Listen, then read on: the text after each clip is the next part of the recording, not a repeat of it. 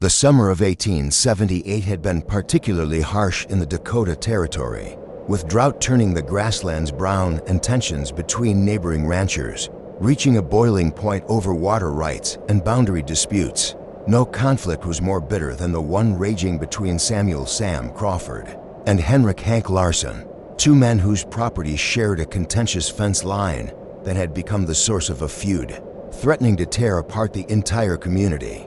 Of Pine Valley. Sam Crawford was a 40-year-old Texan who had driven cattle north after the war, establishing the Double C Ranch with the determination and grit that had served him well during 4 years of fighting for the Confederacy. He was a hard man who believed in clear boundaries and firm principles, qualities that had made him successful, but also earned him a reputation for being inflexible and quick to anger.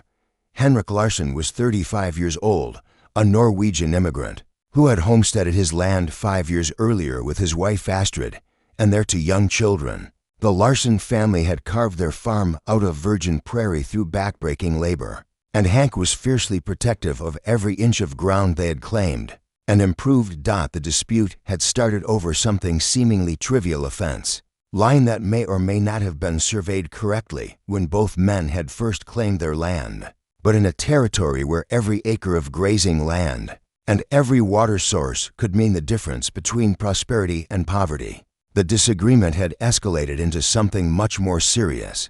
According to Sam's survey, the fence line was 30 feet inside what should have been his property, giving Hank access to a crucial stretch of Pine Creek that Sam believed rightfully belonged to him. According to Hank's documents, the fence was exactly where it should be, and Sam was trying to steal water rights that the Larsen family desperately needed for their crops and livestock. The argument had been simmering for months, with heated exchanges in town, complaints to the territorial authorities, and increasingly aggressive confrontations along the disputed boundary. Friends and neighbors had tried to mediate, but both men were convinced they were absolutely right, and the other was a liar and a thief. On this particular morning, the conflict was about to reach its breaking point. Sam had ridden out to check his fence line and discovered that someone had cut his barbed wire during the night, allowing Hank's cattle to graze on what Sam considered his land and drink from his section of the creek. "Larsen," Sam shouted as he rode toward the Norwegian's farmhouse, his hand resting on the Colt point for .5 at his hip. "Get out here and explain why your cattle are on my land." Hank emerged from his barn, a pitchfork in his hands and anger blazing in his blue eyes. Behind him, his wife Astrid appeared in the doorway of their modest house, holding their youngest child and looking worried about the escalating confrontation. "Your land?" Hank called back in his accented English. "That is my water, Crawford. You know this. The survey says so. Your survey is wrong, and you know it." Sam dismounted and approached the fence line, his spurs jingling with each step. "That creek has been watering my cattle for 3 years, and I'll be damned if I'll let some foreign homesteader steal it from me." Hank's face flushed red at the slur. He'd faced prejudice before from some of the Texan ranchers who looked down on immigrant farmers, but coming from Sam Crawford, a man whose cattle regularly wandered onto other people's property, it was particularly galling. "Foreign," Hank spit in the dirt. "I am American citizen now, Crawford. I have papers. I work this land with my hands, not just let cows eat grass." The 2 men faced each other across the disputed fence line, both angry, both convinced of their righteousness, both carrying weapons and the kind of pride that could lead to bloodshed. The situation was made worse by the drought, which had made water sources more precious than gold and turned normally reasonable men into fierce competitors. "I'm telling you one last time, Larsen," Sam said, his voice deadly quiet. "Move your cattle off my land and repair that fence, or I'll do it myself." "And I tell you," Hank replied, raising his pitchfork, "touch my fence and I will break your head." The 2 men were about to come to blows when a sound stopped them both in their tracks. The unmistakable cry of a human baby, weak but insistent, coming from somewhere near the fence line. Both men froze, their argument forgotten as they looked around for the source of the crying. It was Hank who spotted it first, a small bundle wrapped in a faded quilt, lying in the shade of a scrub oak tree about 10 feet from the disputed fence. "Jesus, Mary." And Joseph, Hank whispered, forgetting his anger as he rushed toward the bundle. Sam was right behind him, his hand moving away from his gun as both men knelt beside what was clearly an abandoned baby. The infant was perhaps 2 or 3 months old, with wisps of light brown hair and eyes the color of spring sky. Despite being alone and exposed to the elements, the baby seemed healthy and alert, reaching tiny fists toward the men who had discovered her. How long do you think she's been here? Sam asked, his voice soft with wonder and concern. Hank carefully lifted the baby, his rough farmer's hands surprisingly gentle as he cradled the child. Not long, I think. She is not sick, not too hungry. Maybe someone left her this morning. They found a note pinned to the baby's blanket, written in careful script on expensive paper. Please take care of my daughter Rose. I cannot provide for her, and her father is dead. She deserves a chance at life that I cannot give her. I have watched your properties and know you are both good men who will do right by an innocent child. I pray that God will bless whoever shows mercy to my baby. A desperate mother. Sam and Hank looked at each other across the baby, their property dispute suddenly seeming petty and insignificant compared to the responsibility that had literally been placed at their feet. She left the baby right on the fence line, Sam said quietly. Not on your side or mine, right on the boundary. Like she wants us both to take care of her, Hank agreed. But how can we do this? We are not friends, Crawford. We fight like cats and dogs. Sam studied the baby, who was looking up at him with those trusting blue eyes, and felt something shift in his chest. He'd never had children. His wife had died in childbirth 10 years earlier, taking their unborn son with her. The sight of this innocent child, abandoned and vulnerable, awakened protective instincts he'd thought were buried with his family. Maybe, he said slowly, this little girl is giving us a reason to stop fighting and start figuring things out. Hank looked surprised by the conciliatory tone in Sam's voice. You think God sent her to us? I think a desperate mother chose our properties because she believed we'd do the right thing, Sam replied. Question is, are we going to prove her right or let her down? As if responding to their conversation, baby Rose gurgled happily and reached out to grab Sam's finger with her tiny hand. The gesture was so trusting, so innocent, that both men felt the full weight of the responsibility that had been placed upon them. Astrid, Hank called toward his house. Come quickly, we need woman's help. Astrid Larsen hurried over, still carrying her own young child, and gasped when she saw the baby in her husband's arms. Where did she come from? As Hank explained the situation, Astrid's maternal instincts took over. She examined the baby carefully, checking for signs of illness or injury, and declared that Rose appeared healthy but would need feeding and proper care immediately. She needs milk, clean clothes, warm shelter, Astrid said practically, and she needs it now, not after you to decide who owns what piece of ground. Sam looked at the baby, then at the Larsen family, then at the fence line that had seemed so important just minutes earlier. Mrs. Larsen, would you be willing to care for the baby temporarily? I'll pay for whatever she needs, food, clothes, medical care, until we can figure out a permanent solution. Astrid looked at her husband, who nodded slowly. Yes, we take care of her. But what happens when she grows? She cannot live on fence line forever. It was a good question, and one that would force both men to confront not just their property dispute, but their own prejudices and assumptions about each other. Baby Rose had done what months of mediation and legal threats couldn't accomplish. She had given Sam Crawford and Henrik Larsen a reason to work together, instead of fighting each other.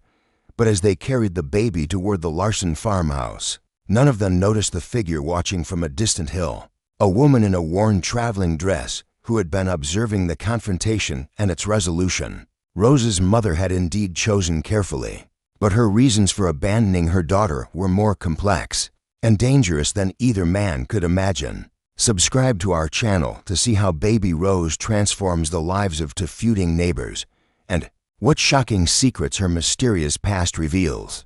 Don't miss this incredible tale of redemption and family.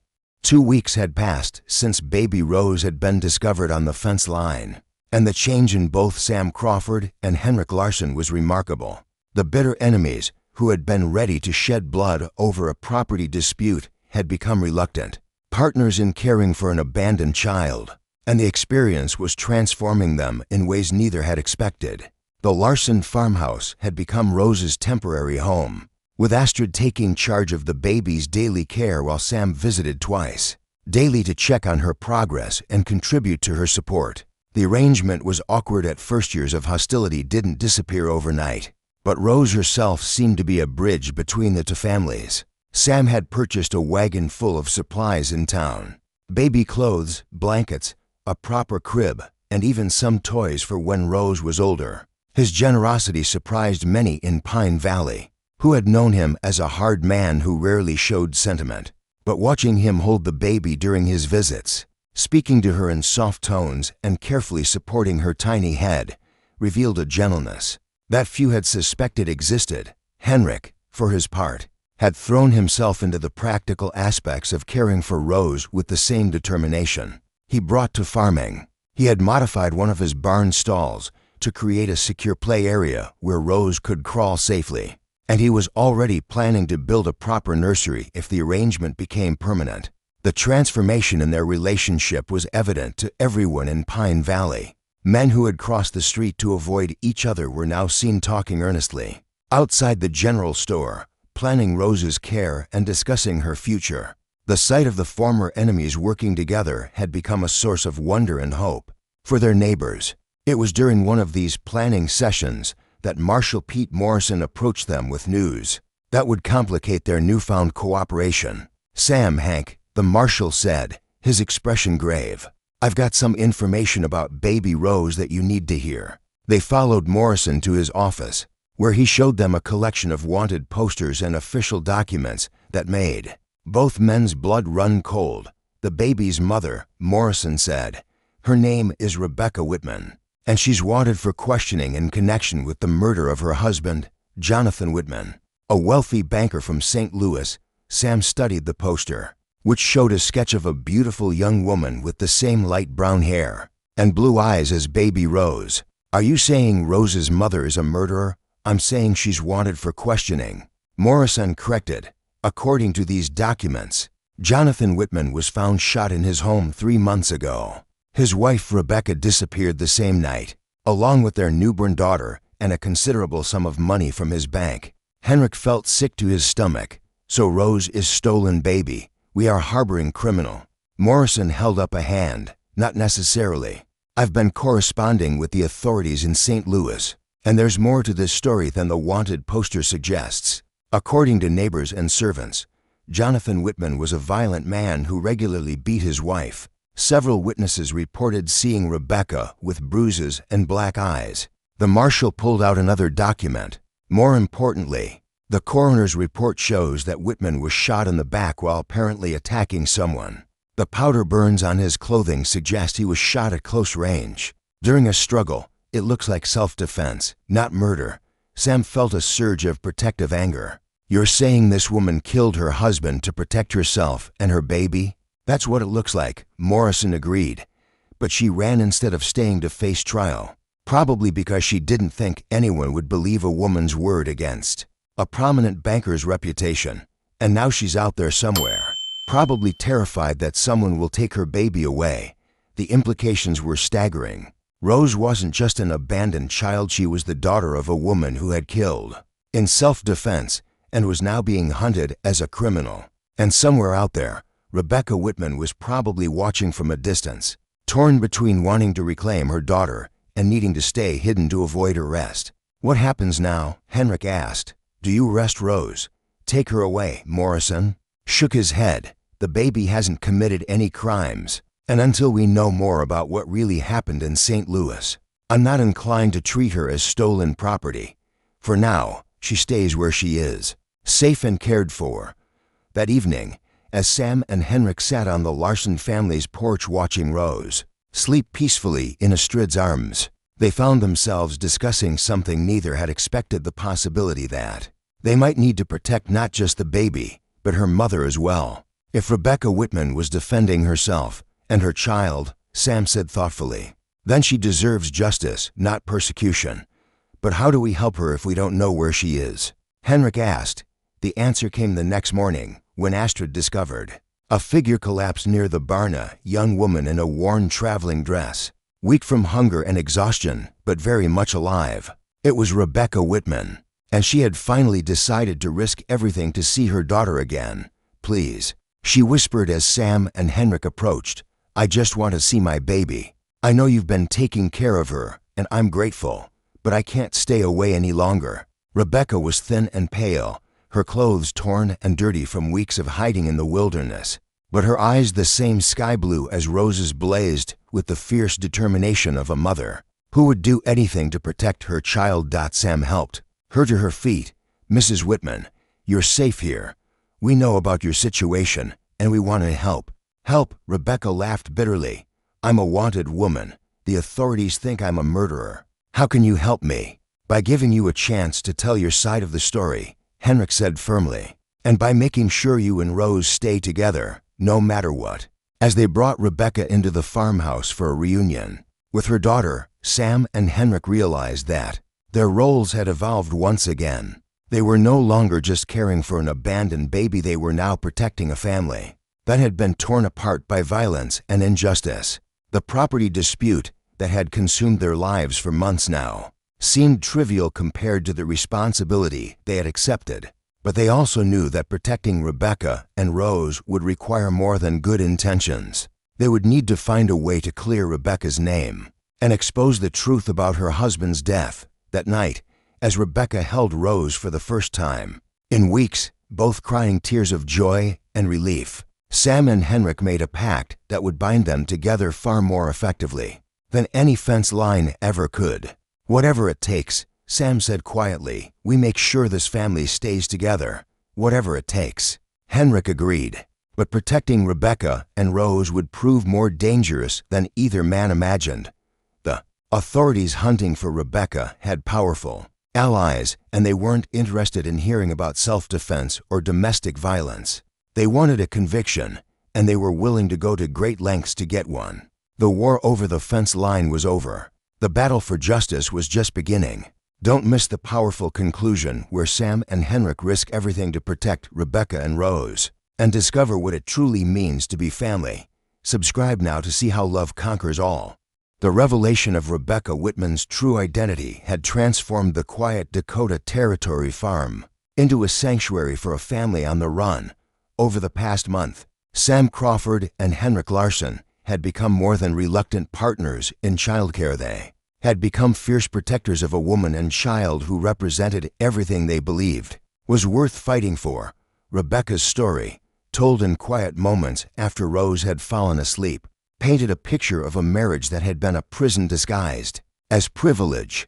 Jonathan Whitman had been a respected member of St. Louis society, but behind closed doors, he had been a monster who used his fists to control his young wife. The final confrontation had come when Rebecca had tried to leave with their newborn daughter, and Jonathan had threatened to kill both her and the baby rather than let them go.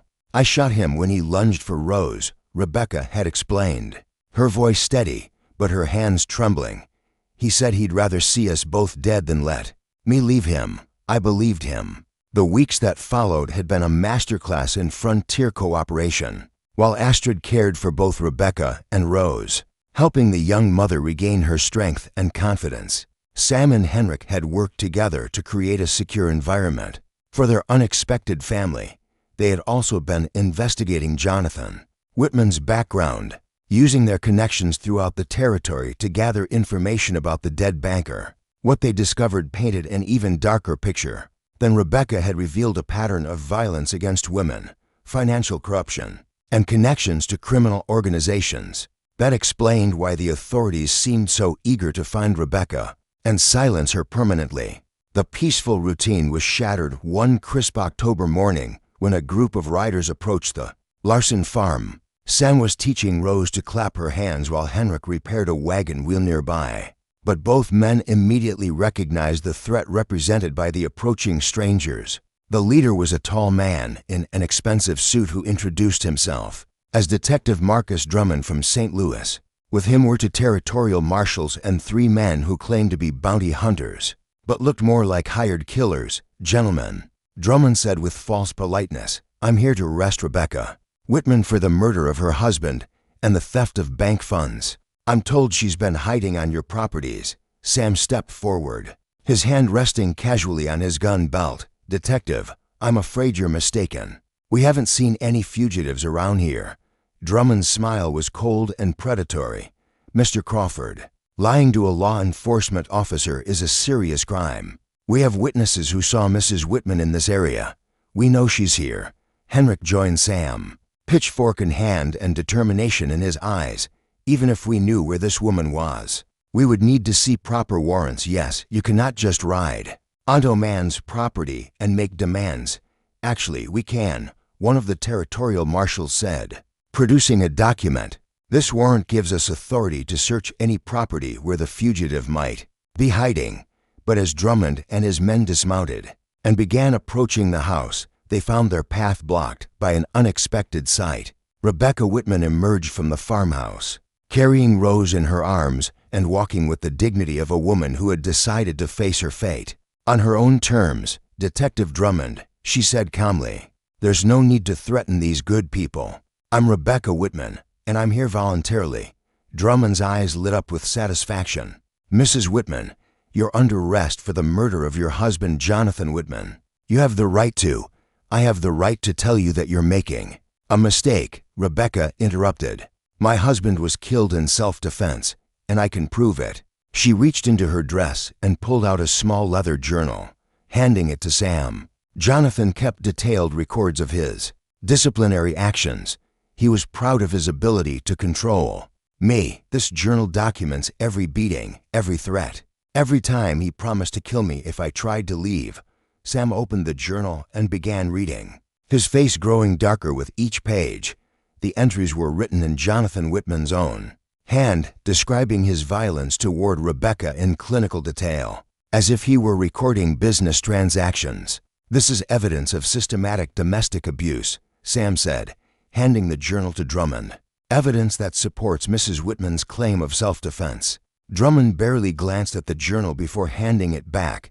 "Convenient story, Mrs. Whitman, but it doesn't change the fact that you killed your husband and stole bank money." "I took money to support my daughter," Rebecca replied firmly. "Money that was rightfully mine as Jonathan's wife and Rose's mother, and I killed a man who was trying to murder me and my child." Henrik stepped closer to Rebecca, making it clear that she was under his family's protection. "Detective, this woman has been guest in my home for months. I see how she cares for her baby, how she helps my wife with work. She is not criminal, she is survivor." Drummond's patience was clearly wearing thin. "Gentlemen, you're interfering with a lawful arrest. Step aside, or you'll be charged as accessories." That's when Sam Crawford made a decision that surprised everyone, including himself. "Detective, before you arrest Mrs. Whitman, I think you should know that she's my wife." The statement hung in the air like a thunderclap. Rebecca stared at Sam in shock, while Henrik's eyes widened with understanding. "Your wife," Drummond sputtered. "That's impossible. She's wanted for murdering her husband." "Her previous husband," Sam corrected smoothly. "Mrs. Whitman and I were married by Preacher Johnson 3 weeks ago, right here in Pine Valley, isn't that right, Henrik?" Henrik caught on immediately. Yes, beautiful ceremony. I was witness, along with my wife. Very romantic." After Sam helped Rebecca escape from abusive husband, Drummond's face turned red with fury. "You're lying. There are no records of any marriage." "Actually, there are," said a new voice from behind the group. Preacher Johnson himself was walking up the path, carrying his Bible and wearing the serene expression of a man completely at peace with his conscience. "Detective," the preacher said mildly, "I married Samuel Crawford and Rebecca Whitman 3 weeks ago, just as they said. The ceremony was properly witnessed and recorded. Mrs. Crawford is now under the protection of territorial marriage law." The legal implications were significant. As Sam's wife, Rebecca would be entitled to all the protections afforded to married women under territorial law. Any charges against her would have to be refiled, and any evidence would have to be re-examined in light of her new legal status. "This is a sham," Drummond exploded. "A marriage of convenience designed to obstruct justice." "Detective," Sam said calmly, Are you suggesting that territorial marriage laws don't apply to people you don't like?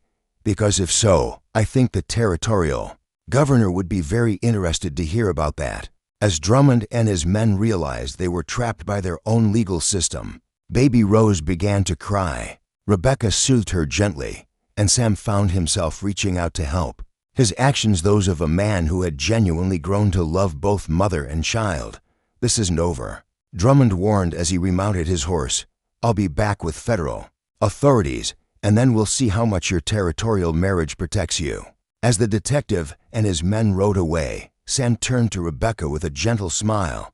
Well, Mrs. Crawford, I hope you don't mind being married to a stubborn Texan. Rebecca looked at him with tears in her eyes. Sam, you didn't have to do that. You've already done so much for Rose and me. Maybe not, Sam replied, but I wanted to, Rebecca. Somewhere along the way, you and Rose stopped being responsibilities and became family. If you'll have me, I'd like to make this marriage real. Henrik stepped forward with Astrid and their children, forming a circle around the new family. You know what this means, he said with a grin. Now we are all family. No more fighting over fence lines. Speaking of which, Sam said, looking at the boundary that had once divided them, I've been thinking that fence line would make a perfect spot for a house. A house that sits right on the border between our properties, belonging to both and neither. You mean? I mean we tear down the fence and build something better. A home for our extended family, where Rose can grow up with cousins and uncles and all the love a child could want. 6 months later, the house Sam had envisioned stood where the fence line used to be. A beautiful log structure that served as home to Sam, Rebecca, and Rose Crawford. With frequent visits from the Larsen family next door, the property dispute that had once threatened to tear the community apart had been replaced by a partnership that benefited everyone. Detective Drummond had indeed returned with federal authorities, but they found a legally married couple supported by an entire community, backed by evidence of domestic abuse, and protected by territorial laws that made prosecution virtually impossible. Rebecca's case was quietly dropped, and she was finally free to build a new life. Rose Crawford grew up surrounded by love, with 2 fathers, 2 mothers, and siblings in all but blood. She never knew that she had once been the abandoned baby who brought together to feuding men. But she did know that family could take many forms, and that love was stronger than any boundary line drawn on a map. And sometimes when visitors asked about the unusual house that sat where a fence line used to be, the Crawfords and Larsens would tell them the story of how a baby's cry had ended a war and created something much more valuable than either man had ever owned before, a family bound not by blood or law, but by choice and love.